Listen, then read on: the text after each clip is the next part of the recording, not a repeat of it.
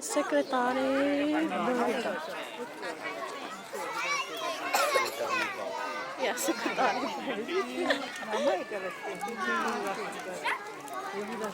bird. Snakes are a big part of a secretary bird's diet, but there's more. The birds also eat small mammals, reptiles, insects, and a wide range of other wildlife, weakening their prey by kicking and stepping on the animals with their long legs.